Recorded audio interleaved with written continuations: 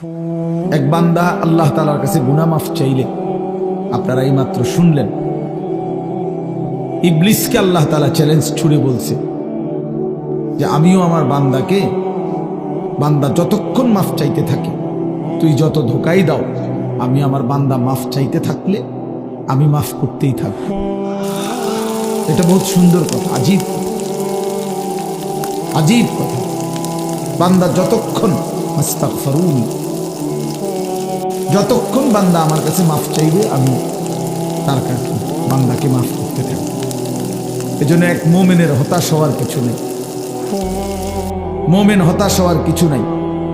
ওয়াল্লাযীনা ইযা ফাআলু ফাহিশাতান আও যালামু আনফুসাহুম যাকারুল্লাহ ফাস্তাগফিরু লিযুনুবিহিম ওয়া মান ইয়াগফিরুয যুনুবা ইল্লাল্লাহ ওয়া লাম ইউসিররু আলা মা ফাআলু ওয়া হুম ইয়ালামুন।